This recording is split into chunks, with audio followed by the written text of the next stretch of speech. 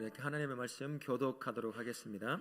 열왕기상 18장 41절에서 46절까지의 말씀입니다. 우리 서로를 향해서 이렇게 인사하겠습니다.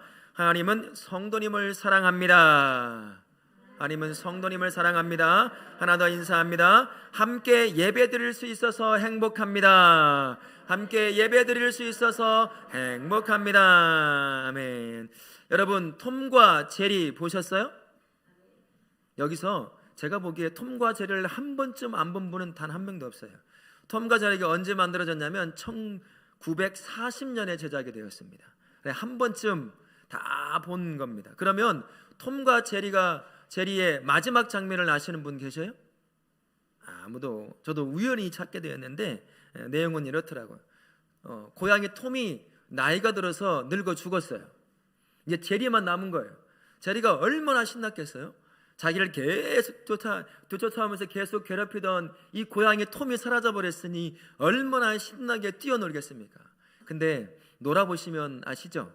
안 놀아본 것처럼 얘기하죠. 얼굴 표정하고 계시는데 다 놀아보셨잖아요. 노는 것도 하루 이틀이에요. 그죠? 이 제리가 하루 이틀 놀다 보니까 치료한 거예요. 그걸 바라보던 어떤 사람이 톰과 비슷한 고양이를 붙여줬어요. 어머나 세상에, 며칠이 되지 않아서 이 고양이가 제리를 잡아먹어버렸네요. 근데 죽으면서 이 제리가 깨달은 것이 있어요. 톰이 나를 못 잡은 것이 아니라 나를 못 잡은 척 해줬구나.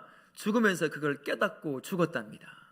그리고 천국에 올라가서 여전히 쫓고 쫓기는 자로 즐겁고 행복하게 살았다. 그런 이야기가 있더라고요. 근데 아직도 쫓고 쫓기고 있어요. 이 이야기는 사람이 만들어낸 거더라고요. 저도 이제 진짜 이렇게 끝났나 하고 찾아봤더니 그게 아니었어요. 이제 하도 안 끝나니까 누군가 마지막을 쫙 장식을 해서 얘기를 했더라고요. 톰과 제리를 우리는 보통 앙숙관계라고 하잖아요. 성경에도 이 앙숙관계가 항상 존재합니다. 오늘 말씀에 두 사람이 등장하는데 이 두 사람도 앙숙관계에 있는 사람이에요. 아합이라고 하는 사람과 엘리야라고 하는 사람이 이 앙숙관계에 있어요. 이유는 단 하나입니다. 아합이라고 하는 사람이, 이 왕이 북이스라엘의 왕인데 하나님을 떠났어요. 떠나서도 너무 멀리 떠나버린 것입니다. 북이스라엘 7대 왕이었는데요, 열왕기상 16장 30절부터 33절까지 이 아합을 성경은 이렇게 묘사해 주고 있습니다. 여호와 보시기에 악을 더욱 행하여 라고 표현하면서 그 다음에 뭐라고 말을 했냐면 북이스라엘의 초대 왕이었던 여로보암의 이름을 언급을 해요. 뭐라고 언급을 하냐면 그 여로보암보다도 악을 더 저질렀다라고 표현합니다. 북이스라엘의 악한 왕을 설명할 때, 많은 왕들 설명할 때 항상 따라오는 이름이 있는데 그게 바로 여로보암이라고 하는 왕의 이름이거든요. 이 왕이 여로보암처럼 악을 행하였더라 하면서 악의 대명사로 여로보암을 항상 언급했어요. 근데 오늘 아합이 이 여로보암보다도 더 악을 저질렀다는 것이에요. 성경이 지금 그렇게 언급을 하고 있습니다. 그러니 하나님을 대변하는 사람 엘리야, 그와는 항상 앙숙관계에 있을 수밖에 없어요. 더군다나 이 아합이라고 하는 사람이 자기 아내를 맞아들였는데 시돈 사람 엣바알이라고 하는 시돈 지방의 왕이요 바알을 섬기는 제사장이 있었습니다. 그의 딸을 자기 아내로 맞아들입니다. 그 아내의 이름이 뭐죠? 이세벨이라고 하는 여자였어요. 이세벨이 치맛바람이 이거 장난이 아닌 여자였어요. 그 앞에 휘둘리기 시작하면 모든 남자가 다 휘둘릴 정도로 강력한 치맛바람을 자랑하는 여자였습니다. 아합왕, 자기 남편을 그냥 자기 마음대로 주무르는 여자였어요. 자기가 끌고 왔던 바알이라고 하는 우상과 아세라라고 하는 우상을 그냥 내버려두지 않았습니다. 이 남편 아합을 부추겨서 이 북이스라엘의 수도라고 할 수 있는 사마리아 땅에다가 큰 성전 2개를 진 거예요. 신전 2개를 졌어요. 바알의 신전과 아세라의 신전을 섬겨서 850명에 이르는 제사장들을 세워가지고 바알과 아세라를 섬기게 만든 여자. 우리 이세벨처럼 치맛바람 쐬신 분 계세요? 이 정도 남자를 움직여서 이 정도의 뭔가를 저지른다는 것은 대단한 여자입니다. 그러니 아합이 하나님을 등지고 떠나니 엘리야, 이스라엘 백성을 옳은 길로 진리로 이끌어가야 될 엘리야, 진리를 선포하고 말씀을 선포할 엘리야와 항상 앙숙관계에 있을 수밖에 없는 거예요. 이세벨을 통해서 끊임없이 아합은 엘리야를 죽이려고 쫓아다니는 톰처럼 그렇게 쫓아다니는 거예요. 엘리야는 도망칠 수밖에 없는 거죠. 하나님 엘리야를 통해서 아합을 계속 경고하십니다. 그 경고 중에 대표적인 경고가 뭐냐면 17장 1절에 이렇게 징계를 내리시는 장면이 나오는데, 내 말이 없으면 수년 동안 비도 이슬도 있지 아니하리라. 가뭄이라고 하는 그 재앙을 북이스라엘과 그 인근 지역에 하나님께서 엘리야를 통해서 예언을 하게 돼요. 그리고 실제로 3년 6개월 동안 이슬방울 하나 맺히지 않는 그러한 가뭄이 시작이 됩니다. 왕 아합이 물이 어디 있는지, 물의 근원이 어디 있는지 찾아다녀야 할 정도로 그러한 극심한 가뭄에 시달리게 됩니다. 이 과정에서 하나님은 엘리야를 통해서 하나님이 어떤 분인지를 보여주셔요. 17장에 보게 되면 하나님께서 엘리야를 사르밧이라고 하는 그 동네로 보냅니다. 이스라엘 땅은 아니에요. 인근의 땅, 시돈 땅이라고 할 수 있는데 그곳에 사르밧이라고 하는 것을 보내서 거기서 있는 과부와 그의 아들을 만나게 합니다. 근데 이 사르밧이 어느 곳이냐면 지금 아합이 섬기고 있는 바알과 아사라의 이 우상이 만들어지고 있는 본산지예요. 여기가 이 본산지에 있는 이방 여자 과부와 그의 아들, 가뭄 때문에 극심한 그 식량난에 시달리고 있는 그곳에서 조금 남은 가루와 기름을 섞어서 구워 먹고 죽으려고 기다리고 있는 그 여자를 만나게 하시는 거예요. 하나님께서 엘리야를 딱 보내서 그곳에서 그들이 먹고 죽으려고 했던 떡을 얻어먹고 그 여자가 준비할 수 있는 모든 그릇 안에 기름과 가루를 가득 차고 넘치게 채워줍니다. 우상이 시작되는 그곳, 사르밧이라고 하는 그곳에서 하나님이 살려냄의 역사를, 첫 번째 역사를 보여주는 거예요. 우상은 아무것도 아니라는 걸 보여줍니다. 그리고 얼마 지나지 않아서 이 사르밧 여인의 이 과부의 아들이, 하나밖에 없는 아들이 병들어 죽어버려요. 또 하나님이 엘리야를 그곳에 보냅니다. 우상이 시작됐던 그 사르밧이라고 하는 그곳에 중심지에 죽어있는 아이를 엘리야가 가서 살려내요. 생명을 주시는 분은 오직 여호와 하나님뿐이라는 것을 이 기적을 통해서 보여줍니다. 그리고 우리가 너무나 잘 알고 있는 18장으로 딱 넘어오면서 갈멜산 영적 전투가 시작이 돼요. 바알과 아사라, 누가 진짜 신이냐? 하나님께서 엘리야를 통해서 하나님이 불을 내리심으로 말미암아 하나님만이 기도의 소리를 듣고 응답하는 유일한 살아계신 하나님이라는 사실을 엘리야를 통해서 아합과 850명의 바알과 아사라 제사장 앞에서, 온 이스라엘 백성 앞에서 그것을 증명해 냅니다. 그리고 850명을 다 숙청해서 죽여버려요. 이 바알과 아사라, 이 선지자들 말입니다. 그리고 놀라운 역사 하나를 일으키죠. 우리가 본문을 읽었던 바로 그 장면이에요. 3년 6개월 동안 이슬 하나 맺히지 않는 그곳에 장대배와 같은 거대한 생명의 비를 내리기 시작을 합니다. 우리가 읽었던 본문이 하나님이 진짜 풍요를 주시고 생명을 주시는 유일한 분이라는 사실을 못 박는 기적의 역사를 보여주는 것이 바로 우리가 읽었던 본문의 말씀입니다. 비를 내림으로 말미암아 바알과 아사라는 죽은 신, 우상일 뿐이다 라는 것을 아합뿐만 아니라 그를 둘러싸고 있는 수많은 이스라엘 백성들에게 증거해 주는 거예요. 보여주는 것이었습니다. 특히 비를 내린다는 것은 하나님께서 어떻게 자신의 백성을 향해서 역사하는지를 보여주는 그러한 한 부분이라고도 할 수 있습니다. 41절과 44절에 엘리야가 아합에게 독특한 말을 하는 것을 발견할 수 있는데요. 41절의 말씀을 보면 아합에게 엘리야가 이런 말을 합니다. 아합에게 이르되 올라가서 먹고 마시소서, 큰 빗소리가 있나이다 라고 아합에게 얘기해요. 근데 사실 지금 하늘에 태양이 중천에 떠 있어요. 구름 하나 없어요. 여전히 온 땅은 메말라 있는 상태예요. 이 큰 빗소리는 누구에게만 들리냐면 엘리야의 귓소리만 들리는 거예요. 그래서 아합에게 가서 먹고 마시소서라고 말합니다. 그리고 갈멜산에 올라가서 기도를 시작합니다. 그러자 44절에 이 말씀이 등장하는 거예요. 사원에게 올라가서 저 바다 근처에 뭐가 있는지 보라. 7번을 바라봅니다. 그러자 사환이 말을 해요. 저 갈릴리 바다 근처에서 사람 손바닥만한 구름이 떠올랐습니다. 그래? 그러면 아하방에 내려가서 큰 비가 올 테니 길이 막히지 않도록 마차를 타고 이스라엘로 내려가라고 전해라. 이렇게 전해줍니다.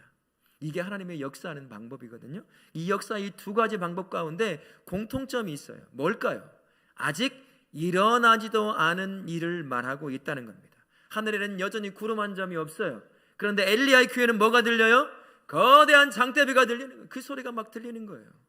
그리고 구름, 손바닥만한 구름 하나를 딱 보고 온 세상을 뒤엎은 검정 비구름, 그 비구름이 엘리야의 눈에 딱 보여지기 시작하는 것입니다.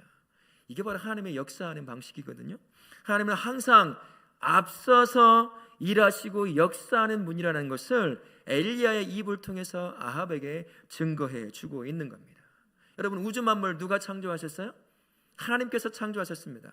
어느 누구도 창조를 하려고 하지 않는 그 시점에 전능하신 하나님이 누구도 따라갈 수 없는 창조적 능력으로 없는 것에서, 여러분, 없는 것이 뭘까요?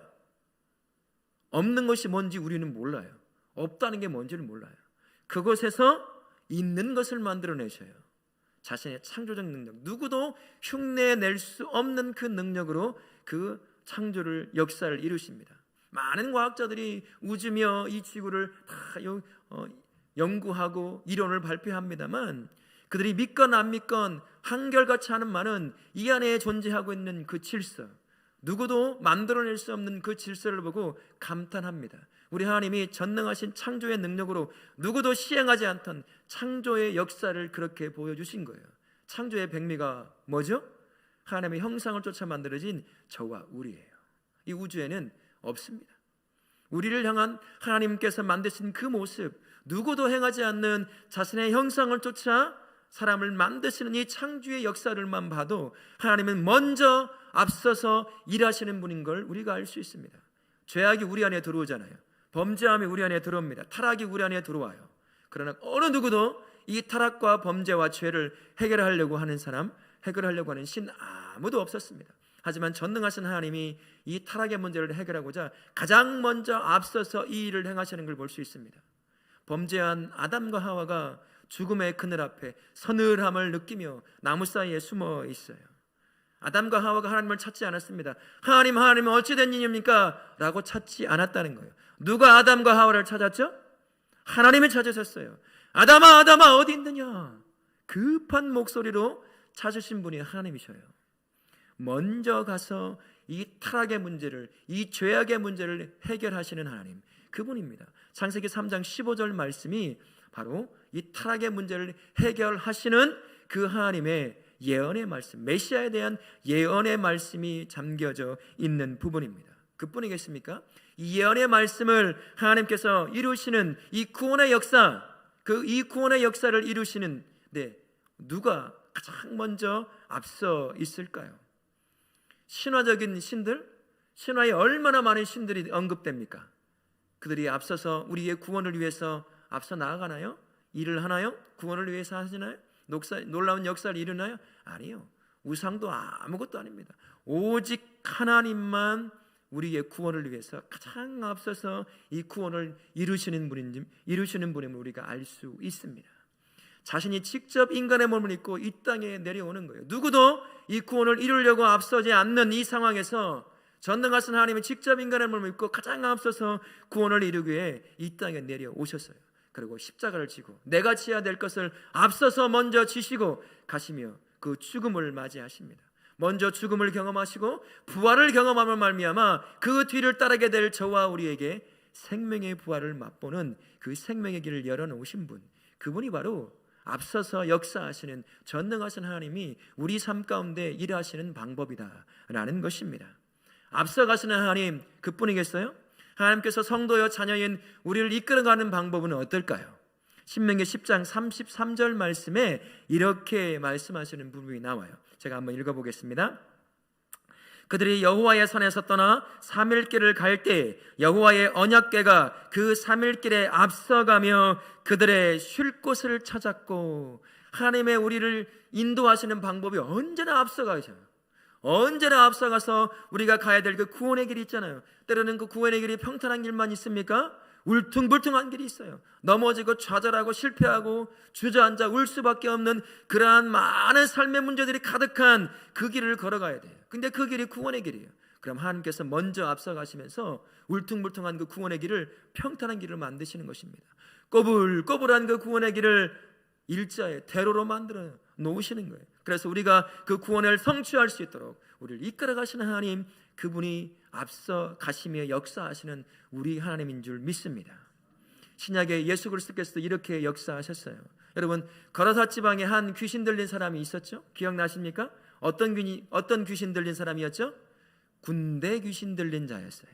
거라사 지방에 군대 귀신 들린 자가 있습니다. 예수님께서는 그 당시 갈릴리 바다 반대편에서 사역을 하고 계셨어요. 열심히 복음을 전하고 있었습니다. 그러나 그 마음에, 예수 그리스도 안에 마음에 누가 있었냐면 갈릴리 바다 건너편 거라사 지방에서 귀신 들려, 군대 귀신 들려 인생 전체가 망가져버린 그 한 남자, 그 남자가 이미 그의 예수의 마음에 가득 채워져 있었던 거예요. 그래서 바쁜 사역을, 분주한 사역을 딱 내려놓고 그 거라사 지방을 가기로 마음 먹으십니다. 그리고 갈릴리 바다를 가로질러 가셔요. 가다가 어떤 일을 만나죠? 폭풍을 만나요. 거대한 폭풍을 만나서 제자들이 나중내 예수님 이게 어찌 된 겁니까? 그런데 코를 골고 자고 계시면 어떻게 해요? 우리 좀 살려주세요. 난리를 칩니다. 예수께서 그곳에서 그 갈릴리 바다를 잠잠하게 만드시고 거라사 지방에 딱 가셔서 무덤 사이에서 인생 전체가 망가져버린 그 귀신 들린 한 사람, 그 사람을 딱 고치십니다.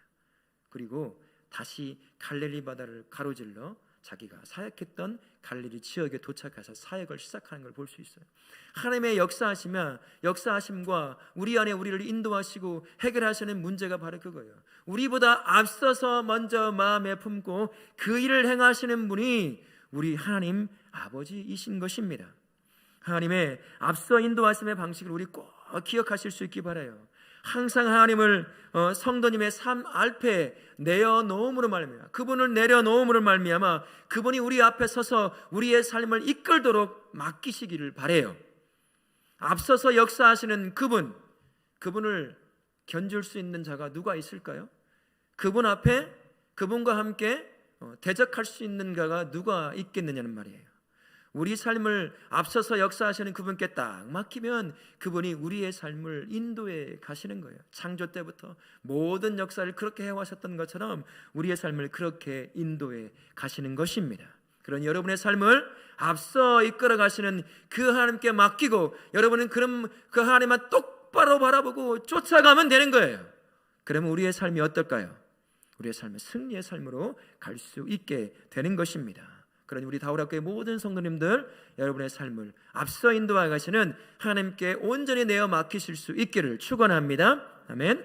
하나님의 앞서 행하시는 모든 역사는 살리심의 역사를 행하시는 하나님을 보여주는 것이었습니다. 우리 45절과 46절에 참 독특한 장면 하나가 나옵니다.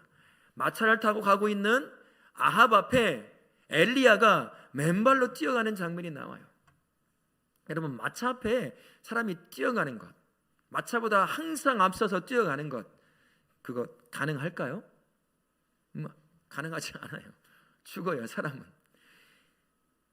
갈멜산에서 이스라엘까지 지금 가야 할 길이 일직선으로 따지면 대략 24km에서 26km 됩니다. 근데 이제 마차가 갈 길이라고 한다면 이 일자가 아니잖아요. 울퉁불퉁하고 꼬불꼬불한 길을 다 계산하면 대략 30km는 된다는 거예요. 근데 그 길을 엘리야가 맨발로 아합이 타고 있는 그 마차보다 앞서서 빠른 다름으로 걸어가고 있는 거예요. 저 멀리서 그 모습을 보세요. 신기한 모습이 아니겠어요? 무슨 축지법을 써가면서 막 달려가는 것도 아니고 마차보다 막 빨리 달려가는 거예요. 저 멀리서 보면 굉장히 희한한 장면 하나가 만들어지는 것이고 사람으로서는 할 수 없는 장면이 만들어지는 것을 볼 수 있습니다. 그러나 46절 상반절에 보게 되면 가능함을 보여주셔요. 46절에 뭐라고 되어 있냐면 여호와의 능력이 엘리야에게 임하자, 여호와의 손이, 여기에 능력이란 말은 히브리어 그대로 말한다면 여호와의 손이에요. 여호와의 능력의 손이 엘리야를 딱 잡자 누구도 상상할 수 없는 모습으로 아합 앞에 달려가게 되는 것입니다. 이 모습이 지금 톰과 제리의 모습 비슷하지 않아요? 제리를 쫓고 있는 이 톰처럼. 근데 겉모습은 그렇게 비슷하게 보이지만 실제 모습을 자세히 살펴보면 전혀 다른 모습으로 바뀌어 있음을 볼 수 있습니다. 처음에는 톰처럼 제리를 잡아먹으려고 쫓던 그 모습이었지만 지금의 모습은 완전히 다른 모습이에요. 엘리야를 잡아 죽이려고 하는 모습이 아닙니다. 폐잔병과 같은 모습이에요. 폐잔병처럼 엘리야를 뒤따라간다는 말이 맞겠죠. 빠른 걸음으로 달려가고 있는, 맨발로 달려가고 있는 그 엘리야를 뒤에서 거대한 장대비를 맞으며 그 뒤를 쫓아가고 있는 게 바로 아합이라고 하는 왕이에요. 엘리야를 통해서 아합이 믿고 있던 바알과 아세라가 우상이고 죽은 신이라는 사실을 아합은 자기 눈앞에서 전부 다 봤거든요. 엘리야를 통해서 모든 것이 다 패배한 경험을 하고 있던 사람이 바로 아합이라고 하는 사람이었습니다. 3년 6개월 동안 이슬방을 맺히지 않는 그곳에 엘리야를 통해서 장대비를 내렸어요. 지금 아합이 무엇을 맞고 가고 있냐면 엘리야를 통해서 내리고 있는 장대비를 흠뻑 맞고 앞에 달려가고 있는 엘리야를 쫓아가고 있는 거예요. 철저한 패배자. 자신이 뭔가 할 수 있을 것 같았죠. 그러나 아무것도 할 수 없는 패배자의 모습으로 이제 엘리야를 쫓아가는 거예요. 맨발로 승리자처럼 앞을 달려가고 있는 엘리야를 막 쫓아가는 거죠. 이제는 톰이긴 톰이지만 제리를 잡아먹으려고 하는 톰이 아니라 패배한 톰, 그 모습으로 지금 엘리야를 쫓아가고 있는 거예요. 폐잔병이었던 아합이 어떤 사람이죠? 북이스라엘 7대 왕입니다. 권력을 가졌고 군대를 가졌어요. 거기에 더해서 거대한 신전 두 가지가 있죠. 바알의 신전, 아세라의 신전, 850명이 넘는 제사장을 거느린 사람, 정치며 종거며 모든 것을 손에 쥐고 있던 사람. 누가 보면 겉에서만 본다고 한다면 이 문제, 이 극심한 가뭄의 문제, 이스라엘에 닥쳐있는 문제를 해결할 법한 능력을 가진 사람은 엘리야가 아니라 아합이라고 하는 사람이에요. 누가 봐도 그는 뭔가 할 법한 모든 외적인 조건을 다 가지고 있습니다. 그러나 사실은 어떻죠? 지금 철저히 패배해서 맨발로 뛰고 있는 엘리야를 뒤에서 비를 흠뻑 맞으며 자기가 그렇게 기다리고 섬겼던 바알도 아사라도 비를 내리지 못했는데 엘리야를 통해서 비를 내린 그 비를 맞으며 승리자처럼 앞을 달려가고 있는 엘리야를 쫓아가고 있는 것이죠. 반면에 엘리야는 어떤 사람입니까? 눈에 보이는 아무것도 가진 사람이 아니에요. 그가 가진 것은 이것입니다. 하나님을 향한 믿음, 그리고 그의 마음에 넣어준 하나님의 말씀뿐이었습니다. 또한 그에게 임해 있는 여호와의 권능의 손, 여호와의 능력, 눈에 보이는 것은 아무것도 없는 사람 엘리야였습니다.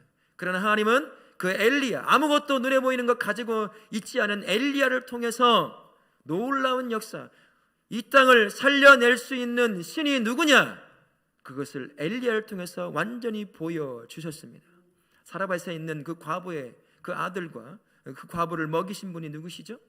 모든 항아리에 기름과 가루를 가득 채워서 누구나 다 굶어 죽고 있는 그 자리에서 그 두 사람을 살려낸 것, 그게 바로 엘리야를 통한 하나님의 살려냄의 역사였습니다. 병들어 죽은 자식을 누가 살려냈죠? 엘리야를 통해서 하나님이 살려내었어요. 그래서 사라밧이라고 하는 그곳, 바알과 아사라가 만들어지는 우상의 본고장, 그곳에서 살려내는 자가 누구냐? 진짜 살아있어서 살려낼 수 있는 신이 누구냐? 라는 것을 아무것도 가지고 있지 않았던 엘리야를 통해서 하나님이 보여주신 것입니다. 그리고 생명의 비, 모든 사람을 말라 죽게 만들고 있는 그 상황 가운데서 엘리야를 통해서 생명의 물인 비를 흠뻑 내리게 하신 거예요. 아무것도 없는 엘리야, 그를 통해서 하나님이 이러한 역사를 이룬 것입니다. 아합에 앞서 달리고 있는 장대비를 맞으며 생명의 비를 맞으며 맨발로 달려가고 있는 이 엘리야의 모습이 하나님만이 진정한 신이요 생명을 주실 수 있는 유일한 살아계신 하나님이라는 사실을 아합과 그를 뒤따르는 수많은 군대와 그리고 이스라엘 백성에게 맨발로 달려가며 생명의 비를 맞고 있는 엘리야의 그 모습을 통해서 보여주는 겁니다. 우리에겐 우스꽝스러운 모습일 수 있겠지만 그 뒤를 따르는 아합은 어떤 것일까요? 어떤 마음을 갖고 뒤따르고 있을까요? 모든 것이 다 아무것도 아닌 상태에 놓여 있는 그 앞에 맨발로 달려가고 있는 장대비 생명의 비를 맞고 있는 그 엘리야를 보며 어떤 마음이 들었겠냐는 거예요. 하나님만이 진짜 신이구나. 하나님만이 살려낼 수 있는 유일한 신이요 살아계신 하나님이라는 사실을 마차를 타고 비를 맞으며 엘리야를 쫓아가는 아합의 마음에 들었을 것입니다. 하나님만이 생명을 주시는 유일한 신이심을 우리 모든 성도님들 꼭 기억하실 수 있기를 바랍니다. 하나님께서 지금 우리에게 원하시는 삶이요 이 엘리야의 삶이에요. 아합에 앞서 승리자처럼 달려가고 있는 그 엘리야의 모습, 그게 지금 저와 우리가 살기를 원하는 하나님께서 원하시는 성도요 자녀의 삶의 모습이라는 것입니다. 아합에 앞서 달렸던 엘리야처럼 하나님의 자녀인 그리고 백성인 우리도 세상 앞에 달려가는 자로 우리가 세워지기를 원한다라는 말씀입니다. 예수께서도 그 말씀을 직접 하셨거든요. 마태복음 5장 13절부터 16절 말씀을 통해서 이렇게 말씀하셔요. 너희는 세상의 소금이다. 너희는 세상의 빛이다 라고 말씀하셔요. 이 말이 무슨 말이죠? 성도의 삶은 세상 앞에 다 드러나 있는 거예요. 모든 사람 앞에 드러나서 누구도 숨길 수도 숨을 수도 없다는 것입니다. 소금이 되어서 세상에 맛을 내는 자로 세워져야 하고 빛을 내어서 어두운 곳을 비춰내야 한다는 것입니다. 맛을 내는 그 소금처럼 살아서 이 땅에 썩어짐을 방지하는 사람, 빛을 바람으로 말미암아 이 땅의 사람들이 어느 곳을 가야 생명의 길이고 어디를 가야 진리를 얻을 수 있는지를 보여주는 삶, 그 삶이 바로 성도의 삶이라고 말씀해 주는 것입니다. 그래서 성도의 삶이 세상에 앞서 달리는 자의 삶이 되는 것이에요. 우리를 그 삶을 살도록 우리를 부르신 것입니다. 다른 말로 한다면 성도는 결코 세상을 쫓아가는 존재가 아니라는 것입니다. 세상을 뒤따르면서 세상 사람들이 살아가는 삶을 흉내내요. 그들의 삶을 흉내내는 거예요. 그들이 좋아하는 것들을 가지려고 하고 먹으려고 하고 입으려고 하고 추구하고 거기에 매여 사는 삶, 세상을 흉내내는 삶, 그 삶이 성도로 부름받은 저와 우리의 삶이 아니라는 것입니다. 세상은 이 땅밖에 없어요. 이 세상 사람들은, 예수가 없는 사람들은 이 땅밖에 없습니다. 그러니 이 땅만 보고 쫓아가는 거예요. 여기에 정착하는 것입니다. 하지만 성도는 다르잖아요. 성도는 달라요. 성도는 영원한 하나님의 나라를 가지고 있습니다. 그래서 쉬지 않고 그 하나님의 나라를 향해서 달려가는 것, 그게 성도의 삶의 모습입니다. 성도가 세상에 앞서 달려갈 때 그제서야 세상 사람들이 우리의 삶의 모습, 자녀의 삶에 앞서 달려가고 있는 그 모습을 보면서 하나님이 어떤 분인지, 하나님이 우리를 향해 무슨 마음을 갖고 계시는지 그것을 조금이나마 알 수 있는 거예요. 아합 앞에 승리의 장군처럼 비를 맞으며 달려가고 있는 엘리야를 바라보며 저를 통해 역사하신 하나님을 볼 수밖에 없었던 아합처럼 우리가 세상 앞에 딱 성도가 달려가면 세상 사람들이 우리의 모습을 보면서, 성도의 모습을 보면서 하나님을 발견하게 되는 것이고 진리의 길을 발견하게 될 줄 믿습니다. 성도가 세상을 뒤따라가잖아요. 세상 사람들 절대로 진리의 길 발견할 수 없습니다. 생명의 길로 갈 수가 없어요. 그들은 반드시 길을 헤맬 수밖에 없는 겁니다. 이 세상이 더러워지고 악해지고 이런 거는 성도가 세상 앞에 달리지 않기 때문이에요. 세상을 뒤쫓으면서 세상을 흉내내고 있는 삶을 살고 있기 때문이에요. 그들이 좋다고 하는 것 쫓아가고 먹고 마시고 입고 추구하고 거기에 매달려 인생 전체를 그곳에 올인시키려고 하는 것, 그 삶을 살아가니 어떻게 세상 사람들이 진리의 길을 발견하고 생명의 길을 발견하고 예수 그리스도를, 하나님을 발견하며 살 수 있겠습니까? 왜 그러면 성도가 앞서 달리는 자로 우리를 세우셨을까요? 세상은 알지 못하는 모든 것을 알고 있기 때문입니다. 성도는 세상이 모르는 것을 알고 있어요. 인간의 운명, 모든 것을 알고 있습니다. 여러분, 우리를 누가 만드셨어요? 우리 진화되었죠. 원숭이가 진화돼서 사람 됐죠. 이런 말 하면 진짜 무식한 소리 듣습니다. 원숭이가 진화돼서 사람이 됐다고 얘기하지 않아요, 진화론자들은. 원숭이는 원숭이로 진화된 거고 우리는 다른 종을 통해서 진화됐다고 얘기해요. 여러분, 우리 그런가요? 세상은 그렇게 엉뚱하게 알고 있어요. 우리를 누가 만들었어요? 누구의 형상을 쫓아서요? 전능하신 살아계신 하나님의 형상을 쫓아 우리가 만들어졌어요. 우리가 그걸 알고 있단 말입니다. 왜 우리가 살아가는 이 삶을 동안에서 끊임없이 멈추지 않는 삶의 고통 가운데 살다가 영원한 죽음으로 갈 수밖에 없을까요? 죄가 있기 때문이에요. 아무리 벗어나려고 해도 우리 벗어날 수 없었잖아요. 근데 그 길을 벗어날 수 있는 길을 누가 주셨습니까? 예수 그리스도께서 인간의 몸을 입고 이 땅에 오셔서 그분 안에 우리가 딱 들어가니 우리가 죄를 벗고 영원한 하나님의 나라를 얻을 수 있었잖아요. 세상은 그걸 몰라요. 세상은 이 땅의 것이 영원한 것처럼 살아가요. 이 땅에 영원한 것이 뭐가 있어요? 아무것도 없어요. 영원한 것은 영원한 하나님의 나라뿐입니다. 우리는 그것이 있다는 걸 알잖아요. 그리고 우리가 그것을 향해 달려가고 있잖아요. 세상은 몰라요. 이 땅밖에 모른다는 말입니다. 그럼 이 땅에 정착할 수밖에 없어요. 달려갈 수가 없는 거예요. 우리가 앞서서 달리지 않으면 세상은 보지 못해요. 내 남편, 내 자식, 내 아내, 내 부모, 내가 앞서 달리지 않으면 진리의 길을 절대 발견하지 못합니다. 똑같이 뒤따라가면서 세상을 흉내내면 발견할 수 없게 되는 거예요. 하나님과 천국을 보면 성도는 세상 앞에 항상 앞서 달리는 자라는 사실을 꼭 기억하실 수 있기를 바랍니다. 하나님만이 살아계신 신이심을 세상 앞에 달려내며 그들에게 보여주는 거예요. 하나님이 어떠한 분인지 아합이 엘리야를 보며 하나님이 어떠한 분인지를 보고 있는 것처럼 우리가 세상 앞에 달려가면서 보여주는 겁니다. 세상을 향해 하나님이 얼마나 우리를 사랑하시는지를 세상보다 앞서 달려가며 보여주는 거예요. 성도가 성도를 사랑하며 세워주며 이 모습을 통해서 세상이 조금이나마 보게 만드는 것입니다. 우리를 향한 사랑이 얼마나 깊고 넓은지 여전히 두 팔 벌려 기다리고 있는 하나님의 사랑을 보여주는 겁니다. 우리를 구원하기 위해서 하나님께서 어떤 역사를 이루셨는지를 성도가 세상에 앞서 달려감을 통해서 세상이 보고 발견할 수 있도록 만들어주는 것, 그게 바로 세상에 앞서 달리는 성도가 살아가야 될 삶의 모습입니다. 성도가 세상을 뒤쫓아가며 세상의 삶을 흉내내면 절대로 그거 우리 보여줄 수 없어요. 왜 내 자식이 하나님 앞에 나오지 못할까? 왜 내 부모가 하나님 앞에 나오지 못할까? 왜 내 남편이, 왜 내 아내가?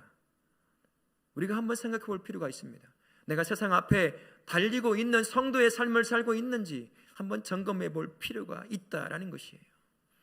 우리가 세상 앞에 달리지 않으면 절대로 우리의 모습을 통해서 하나님을 세상은 발견할 수 없습니다.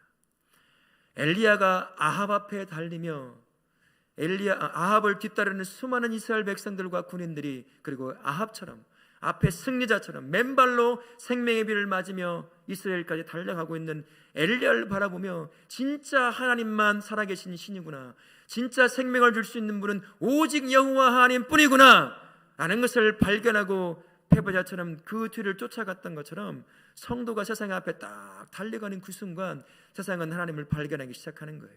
세상은 하나님을 그제서야 보기 시작하는 것입니다.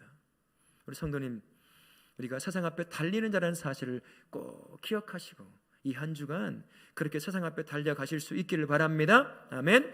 세상 앞에 달리는 삶, 그게 호락호락한 삶은 아니에요. 핍박과 박해, 또 다른 내가 누리고 있는 것들을 내려놓고 포기해야 할 때도 있을 겁니다.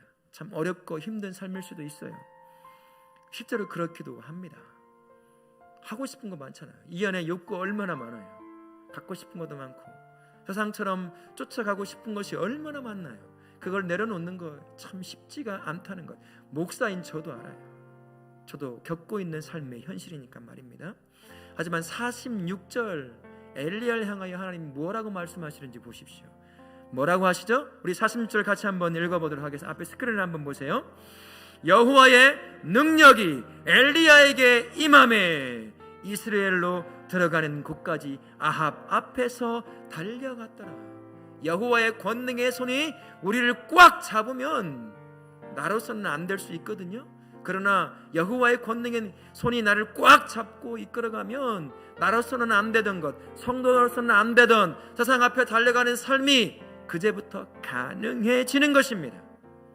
그게 능력이 되기 때문이에요.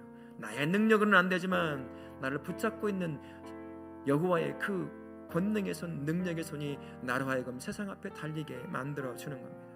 예수님께서 우리에게 이렇게 말씀하셨어요. 요한복음 10장 18절을 통해서 하나님의 자녀됨의 권세를 우리에게 주셨다고 말씀하십니다. 그뿐인가요? 마태복음 28장 20절에서는 이렇게 말씀하십니다. 세상 끝날까지 항상 내가 너와 함께 하리라 라고 말씀하셨어요. 성도는 하나님과 동행하는 그 삶을 통해서 하나님의 자녀의 됨의 권세를 갖고 사는 존재예요.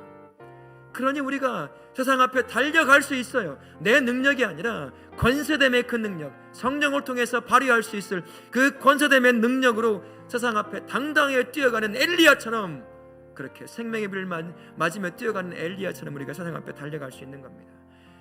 이 말씀에 우리에게 더해 주시는 말씀이 있어요. 요한복음 14장 12절 말씀에 이렇게 말씀하셔요. 내가 한 일보다 더 큰 일도 하리라. 여호와의 권능의 손에 딱 붙잡히면 세상에 앞서 달리며 그분이 하셨던 일보다 더 큰 놀라운 역사를 통해서 하나님이 어떠한 분인지, 하나님만이 유일하게 살아계셔서 우리에게 생명을 주실 수 있는 분이라는 사실을 우리의 삶을 통해서 보여줄 수 있게 되는 것입니다. 그러니 세상에 앞서 달리는 삶에 대해서 두려워하지 마세요. 세워진 그 자리에서 성령을 통해 능력이 되어서 우리의 삶을 세상 앞에 달려갈 수 있는 삶으로 우리를 인도해 가실 것입니다. 이 한 주간 하나님의 능력을 힘입은 엘리야가 생명의 비를 맞으며 승리의 발걸음으로 아합 앞에 서서 달려갔던 그 모습을 바라보시며 그 모습 가운데 하나님을 보여주고 하나님이 어떠한 분인지를 알려주었던 것처럼 우리 성도님들 세상 앞에 달리며 하나님이 어떠한 분인지를 보여주시기를 바랍니다.